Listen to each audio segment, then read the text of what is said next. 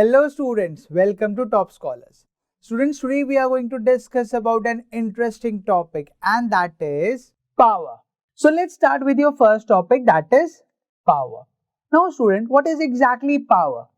It is defined as the work done measured by a body in 1 second, or in simple words you can call it as power is nothing but the ratio of work done with respect to time. Okay. So, the power is basically nothing but work done with respect to time, or work done in 1 second.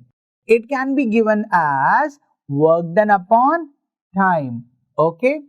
Now, what is the SI unit of power? The SI unit of power is defined as watts. To learn more about this topic, download Top Scholars app.